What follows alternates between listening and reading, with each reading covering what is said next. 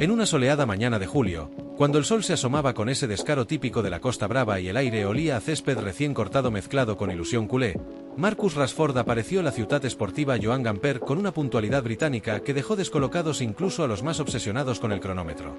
Nadie lo esperaba tan pronto. Bueno, nadie excepto el utillero, que juró haber soñado con él la noche anterior, aunque el resto del cuerpo técnico asumió que lo suyo eran más bien efectos secundarios del gazpacho caducado.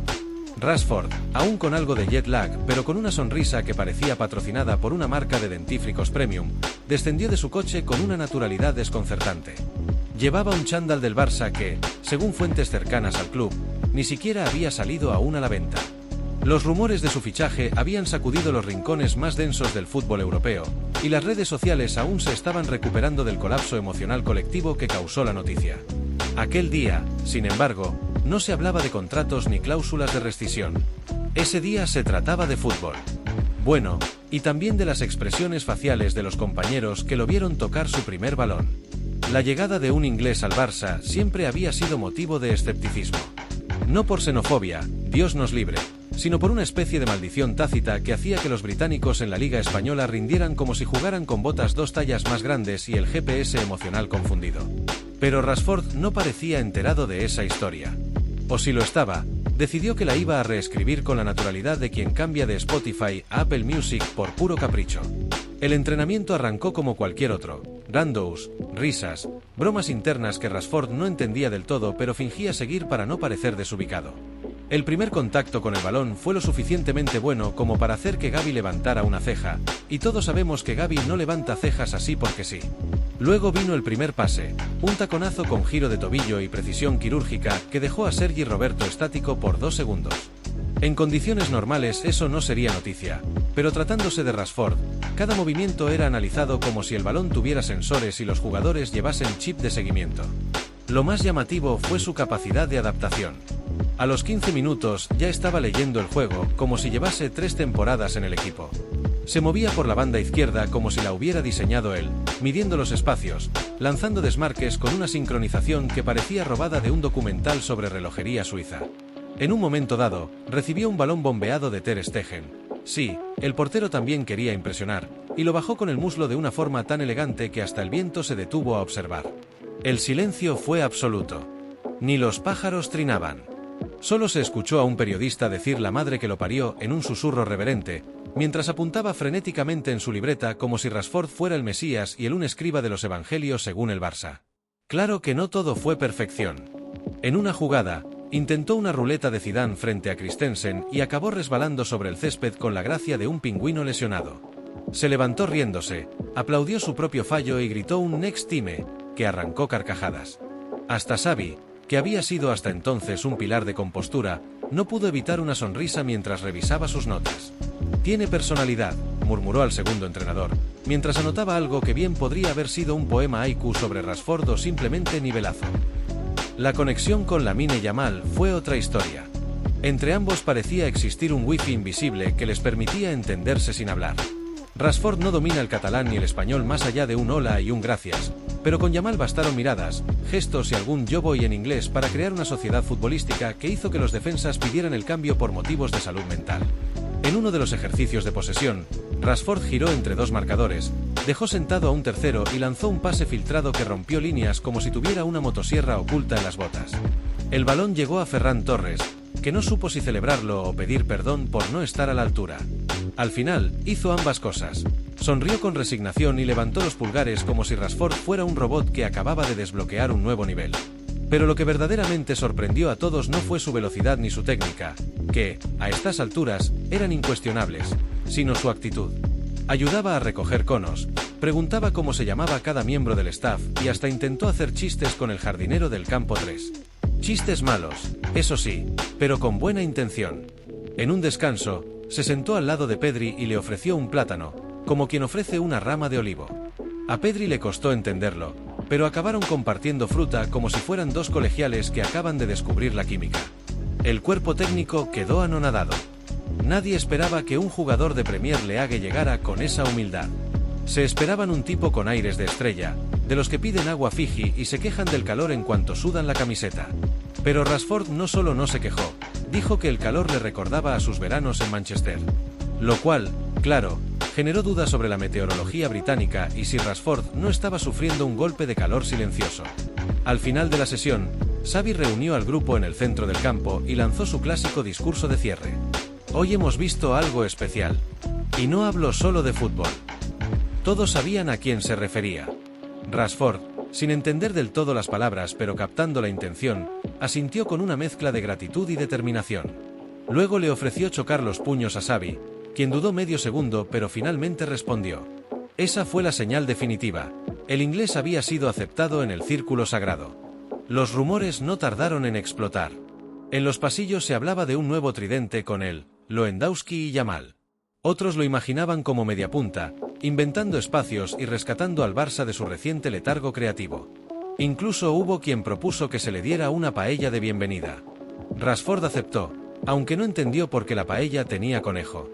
En mi país eso es mascota, murmuró con incomodidad mientras removía el arroz, aunque luego se lo comió todo, probablemente por educación o porque tenía hambre de goles y no había otra cosa disponible. Al día siguiente, las portadas eran unánimes.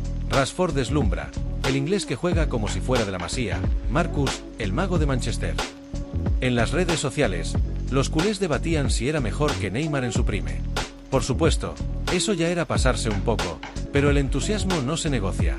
Incluso algunos madridistas, en un acto de honestidad inusitado, admitieron que lo visto era preocupante. Muy preocupante. Xavi, por su parte, intentó mantener la calma.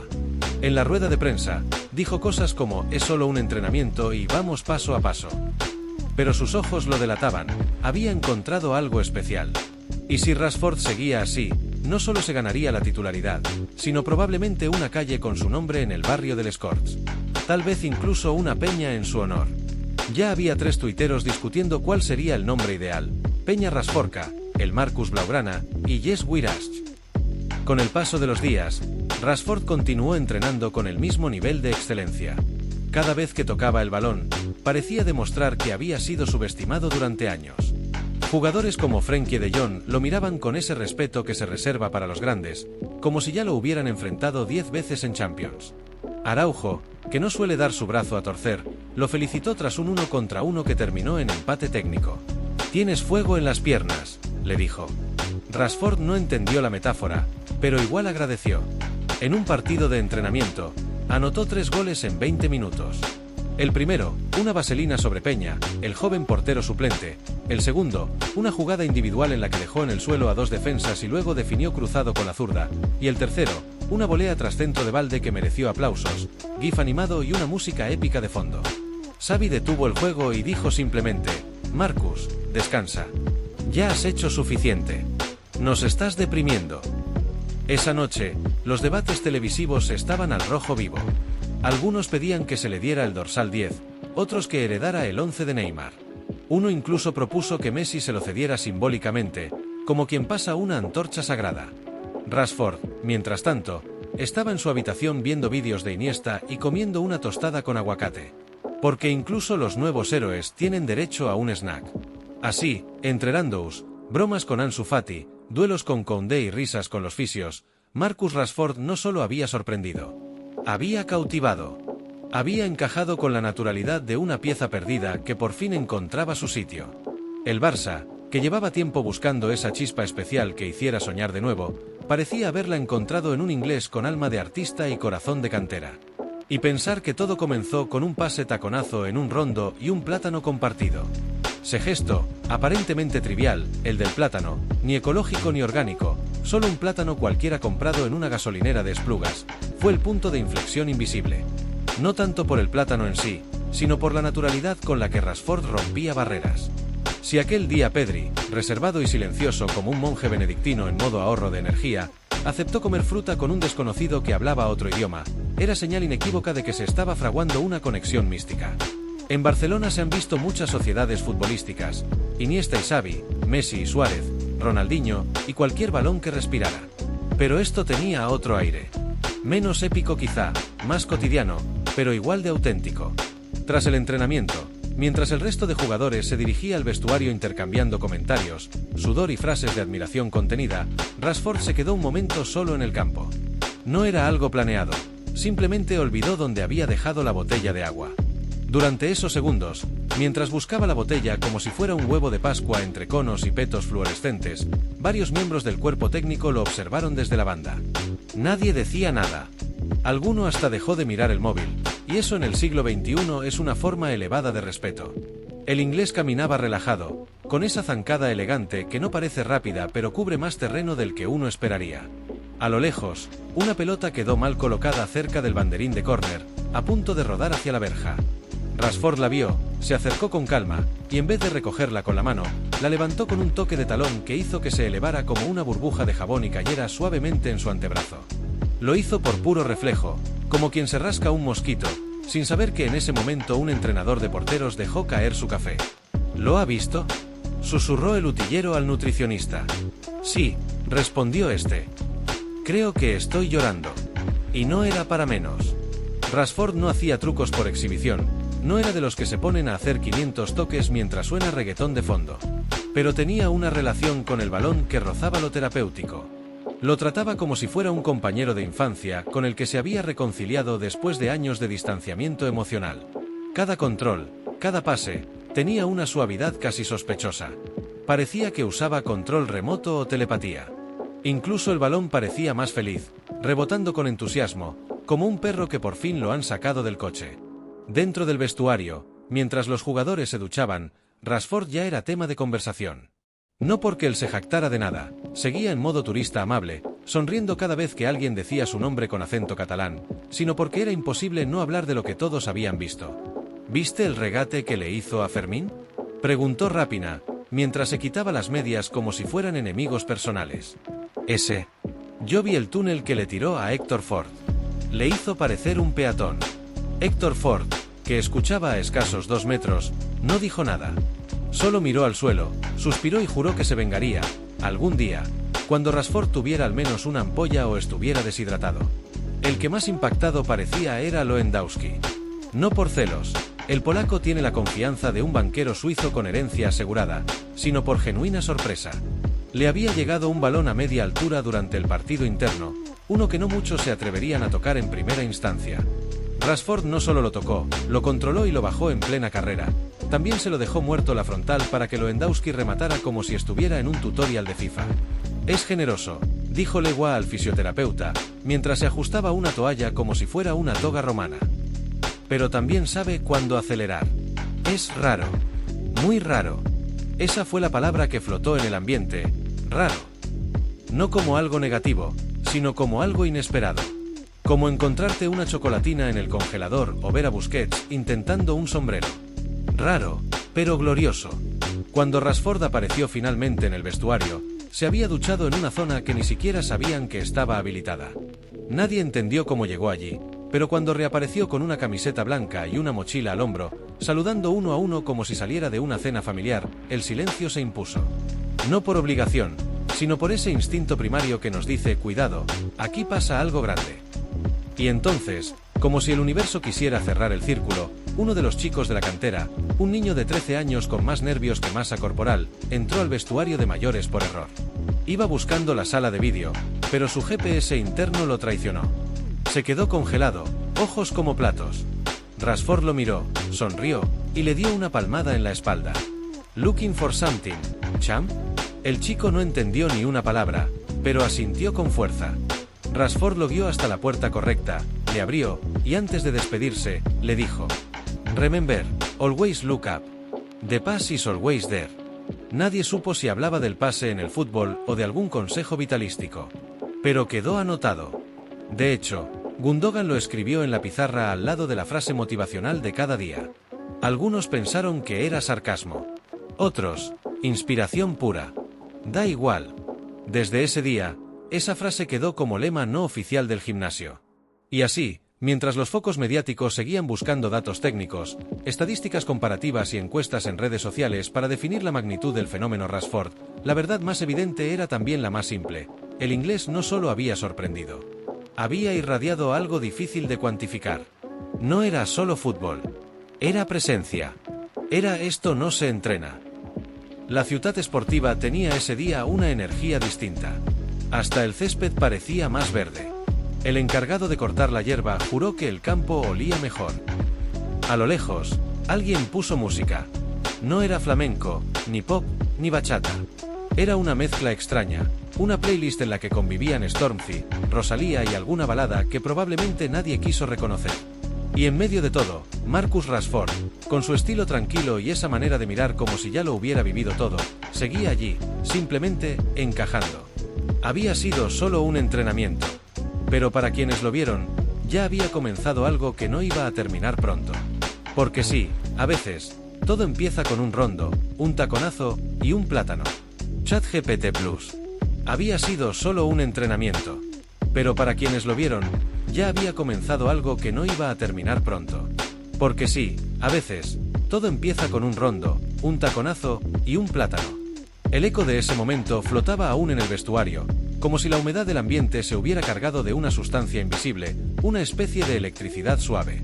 Nadie decía nada abiertamente, porque los códigos del fútbol profesional no permiten sobreactuar después de un simple entrenamiento, pero todos los gestos del equipo indicaban que aquello no había sido solo un buen día. Hasta los que normalmente hablaban por hablar, los que bromeaban, los que siempre tenían algo sarcástico que decir, estaban, de pronto, en pausa. Como si la energía que traía Rashford hubiera reconfigurado la gravedad del lugar. Por ejemplo, el masajista, un señor de bigote gris y pocas palabras, con más de 20 años en el club, conocido por no impresionarse ni por los fuegos artificiales ni por los balones de oro, se detuvo justo antes de entrar a su sala.